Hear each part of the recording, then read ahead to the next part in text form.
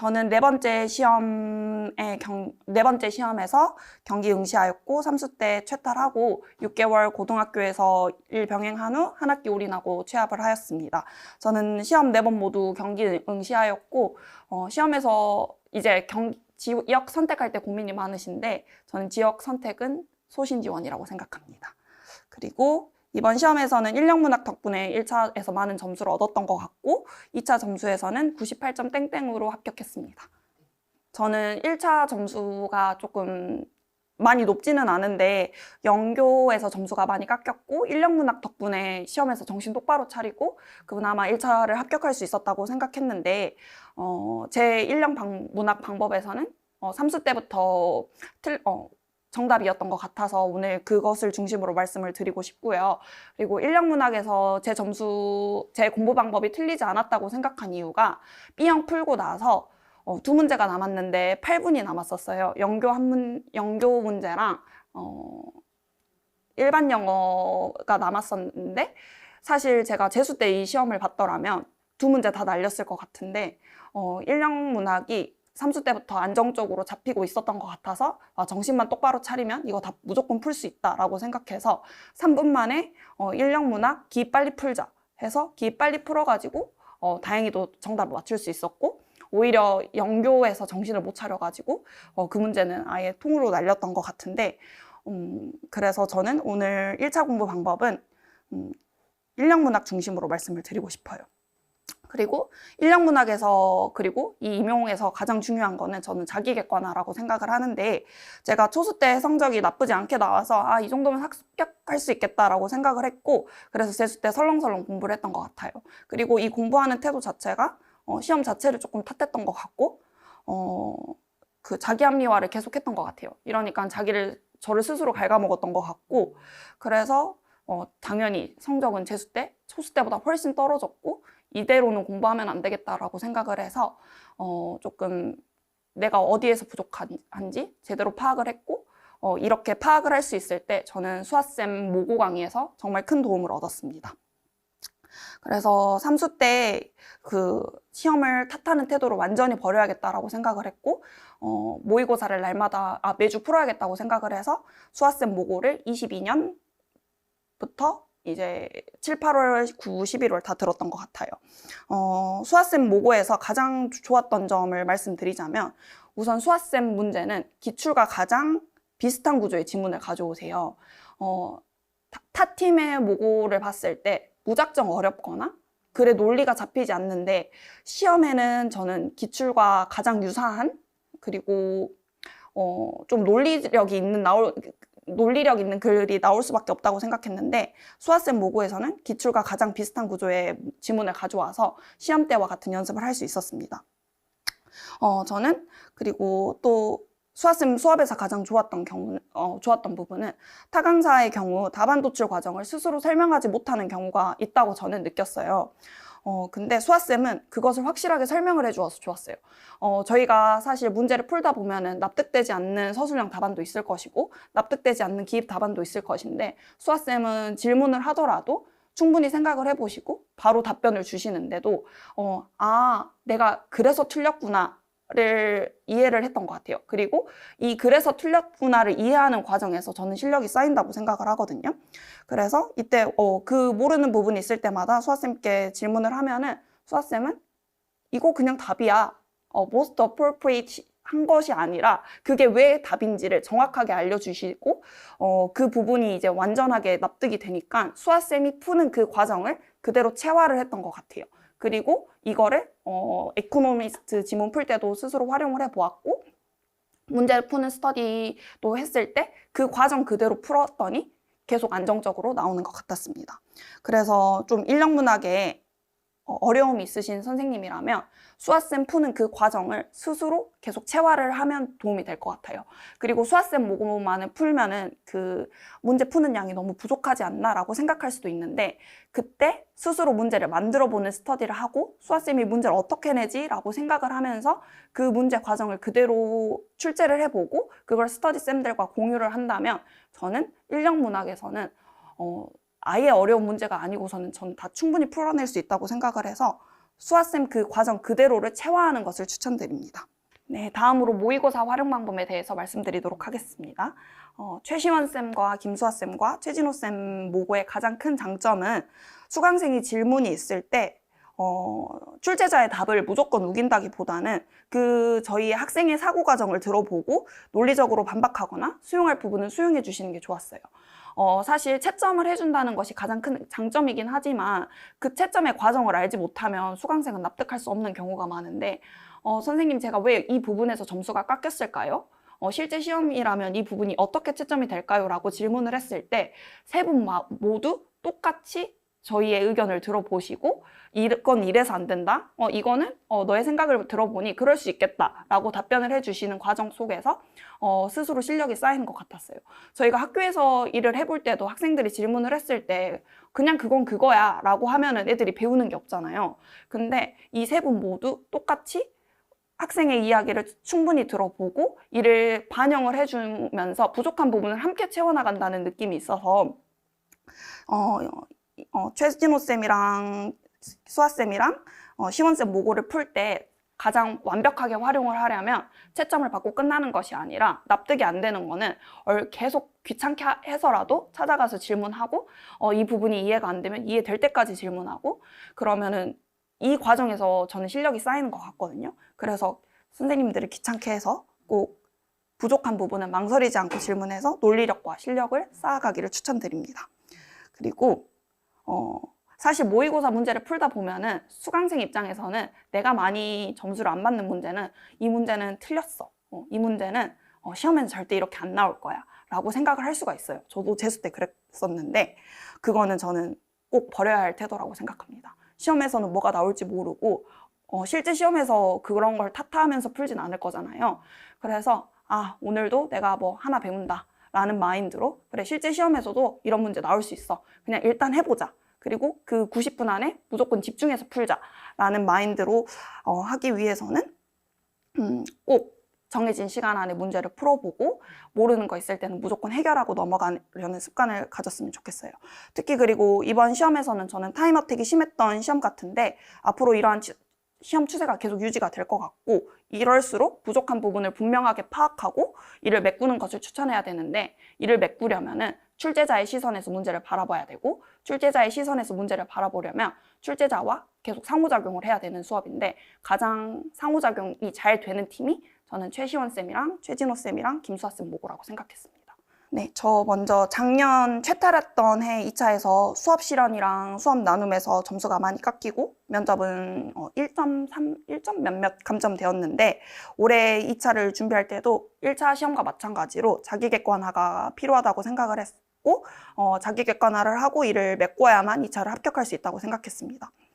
그래서 작년 2차에서 나눔과 실현에서 점수가 많이 깎였기 때문에 나눔과 실현은 작년과 방향이 무조건 달라져야 된다고 생각을 했고 면접은 기존의 방법을 유지했습니다. 그래서 부족한 부분을 메꾼 결과 수업은 마이너스 1점 감점, 나눔은 0.17, 면접은 0.27 감점되었습니다. 제가 작년 수업 컴포지션이 나왔던 시험을 생각해 봤을 때 수업 실현에서 구상을 거의 못하고 평가실에 들어갔고 수업이 무너지다 보니까 나눔 또한 무너졌던 것 같아요. 그래서 수업 실현이 잘 돼야 나눔이 잘 되니까 2차 공부를 준비하실 때 수업 실현을 꼭 잡고 나눔을 잡는 것을 추천드립니다. 그리고 제 작년 수업은 누가 봐도 부족한 수업이었다는 것을 인정하고 나니까 처음부터 준비할 힘이 생기더라고요. 그래서 자기 객관화를 하시고 나한테 부족한 점이 무엇인지 2차에서도 정확하게 파악을 하셔야 될 것 같아요. 그리고 다음으로 실현, 나눔, 면접 순으로 자세하게 말씀을 드려보고 싶습니다. 실현은 시험장에서 퍼포먼스가 나오려면은 구상이 가장 중요한데 이제 저도 이제 시험 오래 준비하다 보니까 이제 타목 강사 선생님들께서 하시는 말이 티처톡이 중요하다. 티처톡이 중요하다라는 걸 강조하시는데 티처톡보다 중요한 건 무조건 구상이거든요. 그래서 이번 실현에서 티처톡이 먼저가 아니고 짱짱한 구성이 먼저니까 최대한 짱짱한 구성을 어떻게 할 수 있을지를 12월에 계속 고민하셔야 될 것 같아요. 이 짱짱하게 구성이 되면 티처톡은 자연스럽게 보완이 되는 부분이고 그러다 보면 수업은 완성이 될 거거든요. 그래서 꼭 구상을 짱짱하게 해야 되는데 이러한 구상의 짱짱함에 있어서 저는 최시원쌤 실전 연습 문제가 많이 도움이 되었는데 최근 컴포트전부터 저는 기출의 경향이 약간 달라졌다고 생각을 하거든요. 메인 아이디어나 디테일과 같은 단어, 디렉션이 구체적으로 저희 구상지에 언급이 되지 않잖아요. 이럴 때일수록 이제 너무 똑같은 답안을 가져오다 보니까 평가관 분들 입장에서는 점수를 고득점을 줄 수밖에 없는 상황이 나오다 보니까 계속 구상이 어렵게 가는 것 같아요. 이러한 구상일수록 새로운 문제를 풀어봐야 되는데 저는 새로운 문제를 풀기에 최시원쌤의 실험 문제가 가장 좋았다고 생각했습니다. 그리고 저도 다른 먼저 합격한 선배들의 이야기를 들어보니까 은지야 구상이 어려우면은 최시원쌤 모고를 풀어봐라. 그리고 불평하지 말고 무조건 다 풀어라. 그러면 그게 체화가 돼서 시험장에서 퍼포먼스가 나올 거라고 말씀을 해주셔가지고 최시원쌤이 실험 문제를 불평불만하지 않고 일단 짱짱하게 구성하고 실현을 했던 것 같습니다. 그리고 다음으로 실현에서 또 중요한 것은 이건 굉장히 주관적인 건데 대학생 발표보다는 학생과 상호작용을 한다는 수업한다는 느낌을 평가관들에게 주는 것이 조금 고득점으로 연결이 되는 것 같아요. 그래서 일병행 하시는 선생님들께서는 이러한 학생과 상호작용하는 수업이 은연중에 체화가 될 것이거든요. 저도 또한 이번 시험에서 그랬던 것 같고, 그래서 너무 이제 인터넷에 자주 나오는 그런 완벽한 수업보다는 내가 내 수업을 학생과 어떻게 상호작용하는지를 면접관님들에게 보여주면은 점수가 잘 나올 것 같습니다. 그리고 이러한 제 생각을 뒷받침할 수 있는 게 이번 수업 실현에서 라이팅 활동 후에 셀프 이밸루에이션 활동을 했어야 됐는데 제가 긴장해서 까먹고 스피킹 활동으로 넘어갔고 학생들이 롤플레이를 하고 난 이후에 셀프 이밸루에이션을 했고 제가 치명적인 실수를 했던 부분이 스피킹 활동 아래 라이팅 활동에 판서를 해버린 것이죠. 그래서 저는 이것 때문에 점수가 너무 많이 깎일 것 같다라고 생각을 하면서 그 합격 발표가 날 때까지 너무 힘들었는데 그리고 디렉션도 못해서 너무 힘들었는데 막상 시험지를 점수를 까보니까 1점밖에 감점이 안 된 거잖아요. 치명적인 실수를 했음에도 불구하고. 근데 왜 1점밖에 감점이 안 됐을까라고 생각을 해보니까 저는 수업 초반에 학생과 상호작용을 엄청 많이 했었고 순회 지도도 학생들과 상호작용한다는 느낌을 주기 위해서 개별적인 피드백을 줬던 것 같아요.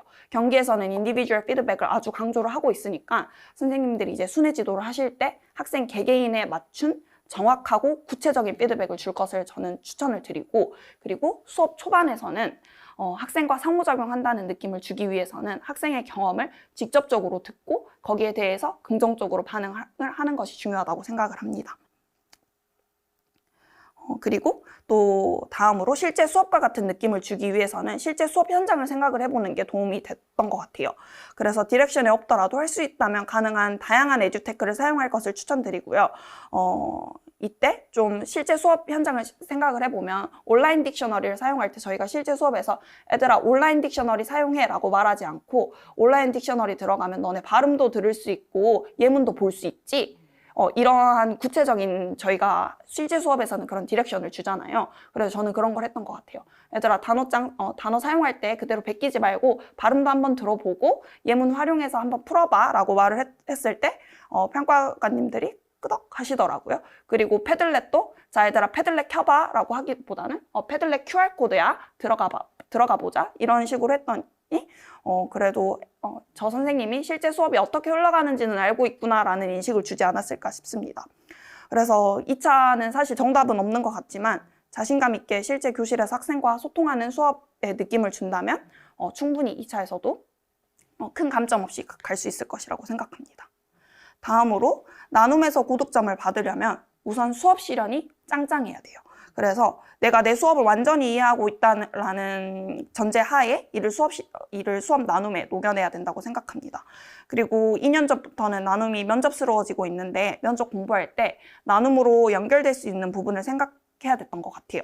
그래서 이번 나눔에 나왔던 깊이 있는 수업, 디지털 리터러시 그리고 학생 간의 개인차 모두 저는 스터디쌤들과 면접 준비하면서 나눔과 연결지어 생각해 보았던 부분이거든요. 사실 막상 나눔 문제 보면은 엄청 벙찌고 이걸 어떻게 대답을 하라고 문제를 낸 거지? 라고 하는데 면접 준비하면서 은연중에 스쳤던 그런 아이디어들이 번뜩 생각이 나서 말을 하게 되거든요. 그리고 말을 하면서도 저도 내 말이 틀리면 어떡하지라고 되게 걱정을 많이 했는데, 이런 태도를 절대 보이지 마시고 내 답이 무조건 맞다라는 태도로 면접관님들 눈 계속 마주치면서 고개 끄덕끄덕 하면서 틀리더라도 자신감 있게 이야기하면은 점수가 깎이지 않을 것 같아요. 그리고 나눔 복귀는 너무 내용이 많아서 따로 자료로 드렸으니까 나중에 2차 최시원쌤과 함께 공부하실 때 받아서 함께 공부해 보시면 많은 도움이 될 것 같습니다. 그리고 다음으로 면접은 제가 이번에는 0.27? 이 정도 감점이 됐는데, 면접 공부 방법은 작년 최탈했을 때 방법 그대로 유지를 했었어요. 면접 주제 또한 모두 준비한 범위 내에서 출제가 되었었고, 12월에는 인풋을 스터디쌤들과 함께 했고, 그리고 예상 답안을 함께 만들어보는 활동을 하였습니다. 아웃풋은 1월부터 해도 저는 늦지 않다고 생각을 해요. 막상 인풋이 쌓이지 않은 상태에서 아웃풋을 했을 때는 오히려 시간 낭비라고 생각을 하거든요. 그래서 너무 12월에 이제 지치고 힘드니까 그때는 수업 실현에만 집중을 하시고 12월에는 인풋을 쌓는 스터디를 함께 해보셨으면 좋겠습니다. 그래서 인풋 쌓는 방법을 말씀을 드리자면, 이제 이번 시험에 생태환경 교육교과 연계 방안이 나왔는데, 이제 생태환경 방안을 파트를 할 때, 공부를 할 때 이제 경기 면접에서는 거의 다 교과 연계로 물어보기 때문에 교과를 연계할 수 있는 방안을 스터디쌤들과 각각 하나씩 준비해 오면 저는 답안이 3개가 되잖아요. 그래서 내 입에 가장 잘 맞는 답안을 준비를 하면은 그게 시험장 그대로 나오거든요.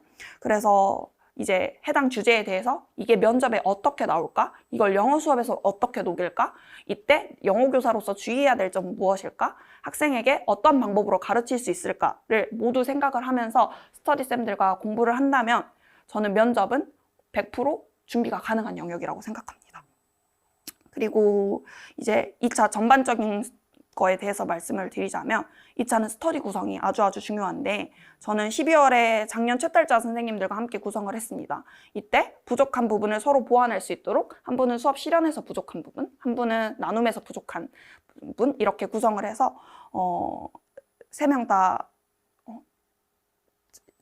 최합을 할 수 있었고, 이렇게 부족한 부분을 서로 보완할 수 있는 스터디를 구성을 하다 보니까 서로 긍정적인 상호작용이 됐을 뿐만 아니라 내가 채워지고 있다라는 느낌을 받고, 저희가 1월에 했던 말이 우리 이렇게 하면 무조건 합격할 것이다 라고 계속 말을 했던 것 같아요. 사실 불안한데 계속 3명이 으쌰으쌰 하면서 같이 가야 되는 것 같아요.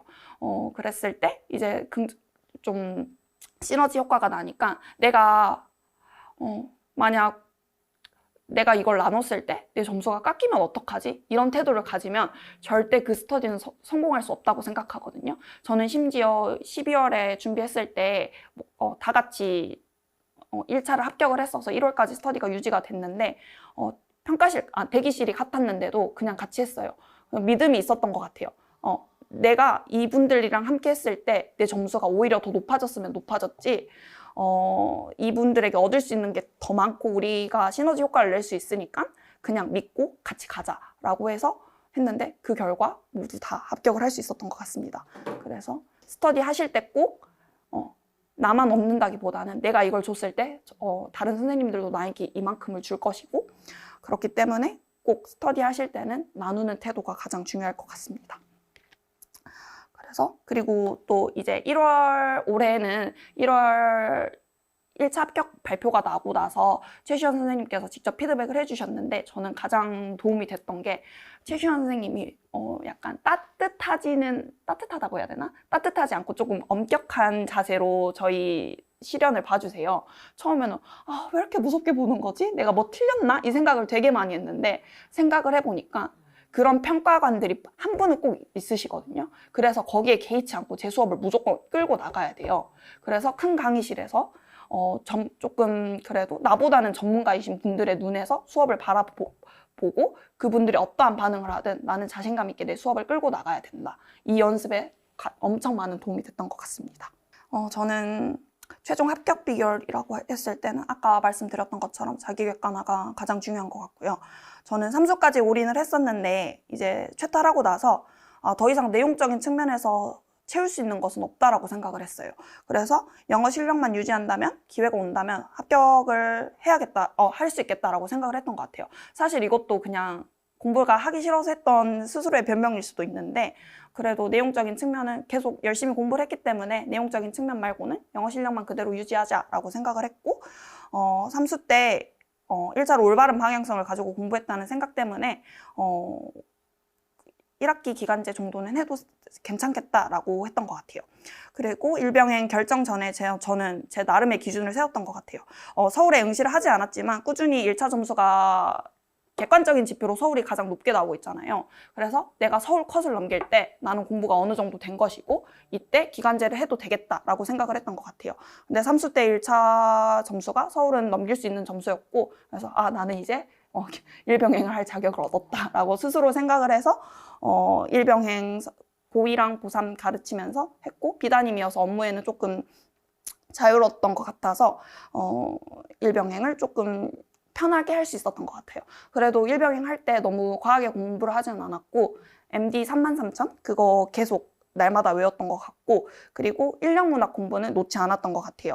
그리고 인력문학 그 일병행 공부할 때도 저는 수아쌤 모고 방법 체화한 그대로 수아쌤 모고 다른 들으신 분 채탈하신 분이랑 함께 스터디 구성해서 온라인으로 그 방법 그대로 풀고 그 방법 그대로 사고과정 공유하고 이게 왜 답이 되지 않을까? 사고과정 그대로 공유하면서 했던 게 많은 도움이 되고 영어 실력을 그대로 유지할 수 있었다고 생각합니다. 그래서 일병행을 고민하시는 선생님들께서는 개개인의 성향과 병행할 때 꼭 놓치지 않아야 되는 공부를 생각을 해서 이것만은 꼭 지키면서 공부를 한다면 반드시 취업하실 수 있다고 생각합니다. 저도 작년에 최탈을 하고 사실 한 번에 그 1차 합격이 올해의 1차 합격을 보장해 주진 않잖아요. 그래서 그것 때문에 많이 힘들었는데 그때마다 이제 최탈하고 바로 다음에 합격한 선배가 실력은 절대 어디 가지 않고 무조건 좋은 결과 있을 거라고 응원을 해줬어요. 근데 그때 당시에도 무슨 소리야 저거는 합격했으니까 할 수 있는 소리지 라는 마음이 있었지만 그래도 그래 합격한 언니가 저렇게 말을 해주는데 맞아 내 실력 어디 안 갈 거야 라고 계속 그 말을 스스로 일부러 생각을 했던 것 같아요. 그리고 저는 약간 잘한다 해야 스스로 더 열심히 하고 그런 스타일이라서 계속 부정적인 생각보다는 그래 무조건 합격할 수 있을 거야 라고 생각을 했던 것 같아요. 그럼에도 불구하고 이렇게 많은 사람들 중에서 내가 몇 등을 해야 합격을 하는 거야 이 생각이 있었는데 사실 이 시험 1등 하려고 보는 시험이 절대 아니잖아요. 그래서 1차 점수에서 3.4점만 더 높게 받고 2차 점수에서 95점으로 계산을 해보니까 95점으로 해도 안정적으로 합격을 하더라고요. 그래서 선생님들 너무 완벽하게 공부하신다기보다는 내가 부족한 것만 제대로 메꿔도 1차 합격할 수 있고 2차도 마찬가지로 부족한 것만 제대로 메꾸고 올바른 방향성만 가지면 공부를 할 수 있다고 생각을 해요.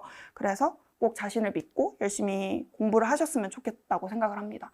그리고 만약 강의를 듣고 모고를 함께 푸실 선생님이라면 나에게 가장 도움이 되는 선생님이 누구인지 끝까지 제대로 고민을 하시고 했으면 좋겠어요.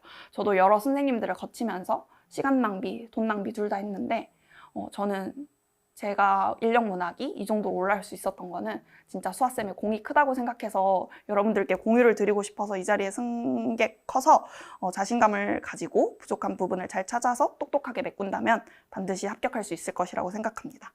모르는 거나 부족한 부분은 선생님들께 질문하고 함께 메꾸어 나가면서 실력을 갖춘다면 당일날의 퍼포먼스가 꼭 시험장에서 나올 거예요. 저도 그랬고 그래서 제가 합격을 했으니까 여러분들도 당연히 다 합격하실 수 있을 것이라고 생각합니다. 네, 이상입니다.